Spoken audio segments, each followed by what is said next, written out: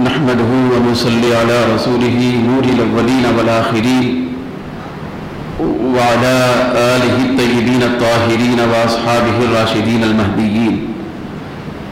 أعوذ بالله من الشيطان الرجيم. بسم الله الرحمن الرحيم. قال ربي أوزعني أن أشكر نعمتك التي أنعمت علي وعلى والدي وأن أعمل صالحا ترضاه وأصلح لي في ذريتي إني تبت إليك وإني من المسلمين. صدق الله مولانا العظيم. جمیع حاضرین مکرم، سامعین محترم، آج کا ہمارا پروگرام خصوصی طور پر خلیفۃ المسلمین، امام العارفین والعاشقین، امیر المؤمنین سیدنا ابو بکر صدیق رضی اللہ تعالی عنہ کی ذات سے منسوب ہے، کیونکہ جو تاریخ اب شروع ہو چکی ہے قمری اور چاند کے اعتبار سے، یہ وہی تاریخ ہے جس تاریخ میں سیدنا صدیق اکبر رضی اللہ تعالی عنہ کا وصال ہوا۔ 22 جمادی الاخری بروز جمعہ سیدنا صدیق اکبر رضی اللہ تعالی عنہ اپنے خالق حقیقی اور رسول معظم صلی اللہ علیہ وسلم سے جا ملے، تو اس مناسبت سے کچھ عرض کرنے کے لیے سورہ احقاف کی ایک آیت مبارکہ کے چند نورانی کلمات آپ کے سامنے پڑھنے کی سعادت حاصل ہوئی۔ یہ وہی آیت مبارکہ ہے جو حضرت سیدنا صدیق اکبر رضی اللہ تعالی عنہ کے ایک مبارک عمل کے سلسلے میں نازل کی گئی۔ یوں کہ حضور سیدنا صدیق اکبر رضی اللہ تعالی عنہ کی شان میں قرآن مجید میں کئی آیات کا نزول ہوا۔ سیدنا صدیق اکبر رضی اللہ تعالی عنہ کی شان اور عظمت میں قرآن کی آیتیں بھی اتری، پھر نبی کے فرمان بھی آئے۔ بہت ساری آیتیں اور روایتیں آپ کی شان و عظمت کا اظہار کرتی ہیں۔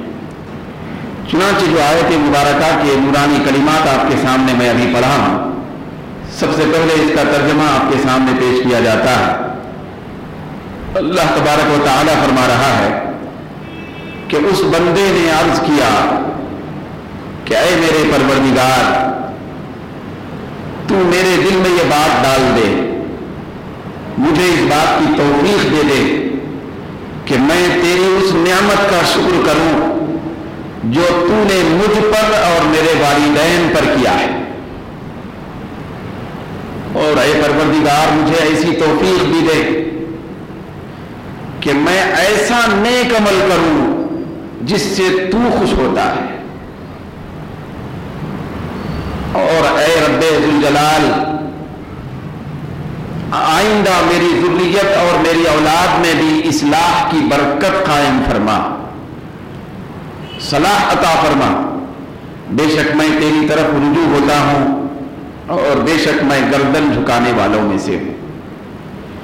یہ جو ترجمہ آپ کے سامنے رکھا گیا ان نورانی الفاظ کا، یہ دراصل حضرت سیدنا صدیق اکبر رضی اللہ تعالی عنہ کی پوری دعا ہے، جس کو اللہ تعالیٰ 26ویں پارے میں قرآن کا حصہ بنا کر قیامت تک کے لیے محفوظ فرما دیا۔ حضرت صدیق اکبر رضی اللہ تعالی عنہ نے دعا عرض کی کہ اے پروردگار، میرے دل کے اندر تو ایسی کیفیت ڈال دے کہ میں تیری اس نعمت کا شکر کروں جو تو نے مجھ پر میرے والدین دی۔ تو یہاں مفسرین کرام فرماتے ہیں کہ حضرت سیدنا صدیق اکبر رضی اللہ تعالی عنہ کے اوپر بہت ساری نعمتیں ہوئی۔ بھئی اتنی نعمتیں صدیق اکبر کی ذات پر آئیں اور ہوئی کہ جو حد و شمار سے باہر حضرت صدیق اکبر رضی اللہ تعالیٰ عنہ کی ذات اقدس پر اللہ نے جو نعمت دی اتاری، وہ خلافت کی نعمت بھی ہے، وہی امارت کی نعمت بھی ہے، سخاوت کی نعمت بھی ہے، تقوی اور خشیت کی نعمت بھی ہے، قرآن کی فہم اور تلاوت کی نعمت بھی ہے، مزاج رسول کی شناسائی کی نعمت بھی ہے، تجارت میں برکت کی نعمت بھی ہے، شجاعت اور قوت فیصلہ کی برکت کی نعمت بھی ہے، بے شمار نعمتیں اللہ تبارک و تعالی حضرت صدیق اکبر رضی اللہ تعالی عنہ پر اتاری۔ لیکن یہاں صدیق اکبر رضی اللہ تعالی عنہ جس نعمت کا شکر بجا لانا چاہتے ہیں، بطور خاص جس نعمت کا ذکر فرما رہے ہیں، وہ نعمت نہ صحابیت کی نعمت، نہ خلافت کی نعمت، نہ امارت کی نعمت، نہ محبت کی نعمت، نہ عشق کی نعمت، نہ عبادت کی نعمت، نہ سخاوت کی نعمت، نہ خوف اور خشیت کی نعمت، نہ علمیت کی نعمت، نہ تجربہ صلاحیت کی نعمت، وہ تلاوت کی برکت کی نعمت، بلکہ صرف اس نعمت کا ذکر فرما رہے ہیں کہ اے پروردگار، تو نے جو مجھے اور میرے والدین کو ایمان کی نعمت عطا کی ہے، میں اس کا شکر کرتا ہوں۔ اس سے پتا چلا کہ خلافت کی نعمت بعد میں ہے، ایمان پہلے ہے، امارت بعد میں ہے، ایمان پہلے ہے، فہم بعد میں ہے، ایمان پہلے ہے، علم بعد میں ہے، ایمان پہلے ہے، صحابیت بعد میں ہے، ایمان پہلے ہے، مصطفیٰ کی معیت بعد میں ہے، ایمان پہلے ہے۔ ایمان اس کمال نعمت کا نام ہے کہ اسی نعمت کے ذریعے سے ساری نعمتیں اللہ تعالیٰ خیرات میں عطا فرماتا ہے۔ نعمت ایمان بڑی چیز ہے۔ حضرت صدیق اکبر رضی اللہ تعالیٰ عنہ نے اس آیت مبارکہ میں نعمت ایمان کے ملنے پر اللہ کا شکر ادا کرنے کی بات کر رہے ہیں۔ بہت ساری نعمتیں ملے تھے، معلوم ہے نا آپ کو، بولنے کی ضرورت نہیں ہے کہ صدیق اکبر ہے۔ کون سی نعمت بچی ہوگی؟ صرف ایک نعمت نہیں ملی، باقی سب ملی۔ صدیق اکبر کو صرف ایک نعمت نہیں ملی، باقی سب نعمتیں ملی۔ وہ نعمت نبوت اور رسالت نہیں ملی، باقی ہر نعمت اللہ نے عطا فرمائی۔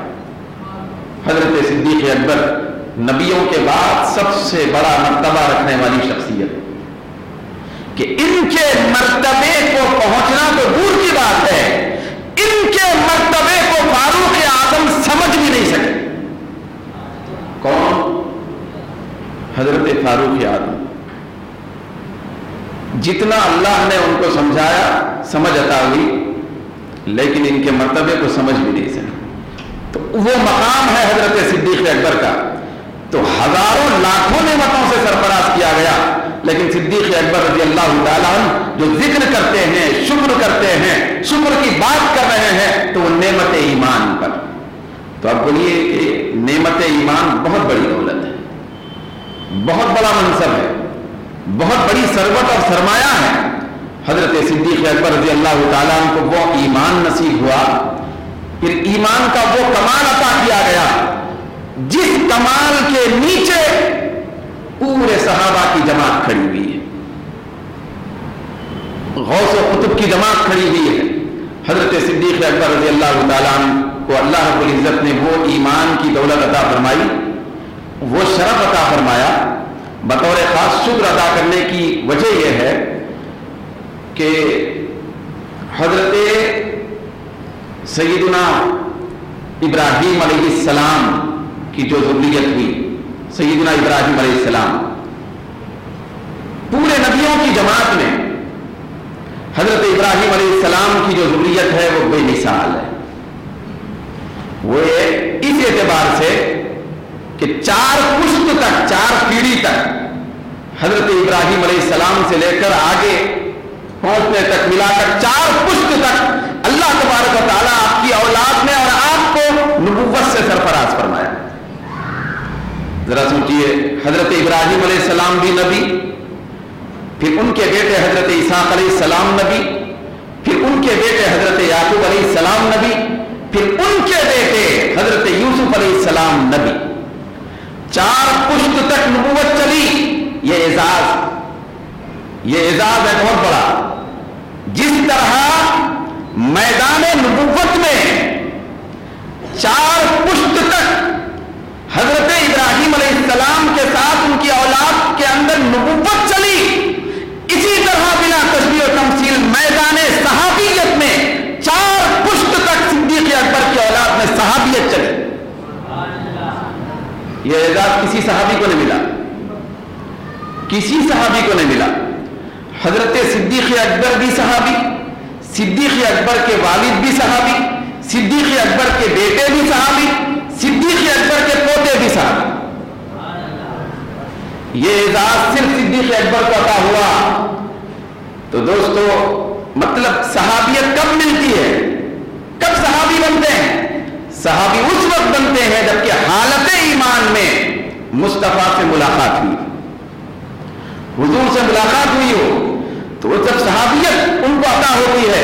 اسی لیے حضرت صدیق اکبر فرما رہے ہیں ربی اوزعنی، اے پروردگار مجھے یہ توفیق عطا فرما ان اشکر نعمتک التی انعمت علی وعلی والدی، جو تو نے ایمان کی شکل میں مجھ پر بھی نعمت دی ہے، میرے والدین کو بھی نعمت دی ہے۔ پھر آگے اللہ آپ نے فرمایا وَأَصْلِحْ لِي فِي ذُرِّيَّتِي، میری ذریت میں بھی اصلاح کی برکت عطا فرما، نعمت ایمان سے سرفراز فرما میری ذریت کو بھی۔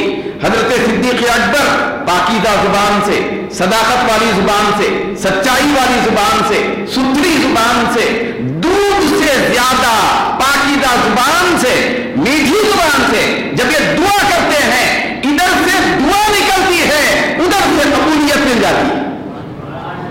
پروردگار عالم قبول فرما لیا دعا۔ قبول کیسے فرما لیا؟ ذرا دیکھیے کہ پورا تاریخی پس منظر ہے۔ حضرت صدیق اکبر رضی اللہ تعالیٰ عنہ کی عمر مبارک 38 سال کی ہے۔ اس سے پہلے یہ بات آپ کو سناؤں، حضرت صدیق اکبر رضی اللہ تعالیٰ عنہ سرکار کے ساتھ محبت اور عشق کے ساتھ حضور کی معیت میں 18 سال کی عمر میں رہتے تھے۔ کتنے سال کی عمر سے؟ بولیے زور سے بھائی، 18 سال کی عمر تھی آپ کی۔ ادھر صدیق اکبر کی ظاہری عمر مبارک 18 سال تھی، تو ادھر سرکار دو جہاں کی ظاہری عمر 20 سال تھی۔ تو حضور سے ظاہری طور پر عمر میں صدیق اکبر کم و بیش 2 سال کے چھوٹے ہیں۔ صدیق اکبر ظاہری عمر میں 2 سال کے چھوٹے، تو حضور کے ساتھ 18 سال کی عمر سے رہتے تھے۔ سرکار کی عمر مبارک 20 سال ہے۔ تو اب آپ سے میں عرض کرنا چاہتا ہوں، آپ کو اچھا یاد ہے کہ حضور نے اعلان نبوت کب فرمایا؟ حضور اعلان نبوت کس ظاہری عمر کے کس سال میں فرمایا؟ حضور نے اعلان نبوت 40 سال کی عمر میں فرمایا۔ 40 سال کے بعد اعلان نبوت فرمایا۔ حضرت صدیق اکبر جس وقت سے ساتھ رہنا شروع ہوئے اس وقت سرکار کی ظاہری عمر 20 سال۔ تو اس طرح اعلان نبوت سے پہلے ہی مصطفیٰ کے ساتھ عشق و محبت کی برکتیں حاصل کرتے ہوئے صدیق اکبر 20 سال کا عرصہ گزار دیے۔ اب اعلان نبوت سے پہلے ہی بھئی ابھی اعلان نبوت نہیں ہوا، ذرا صدیق اکبر کی نگاہ دیکھیے، کیسی نگاہ ہے، کیسا دل کی صفائی ہے۔ صدیق ابھی اعلان نبوت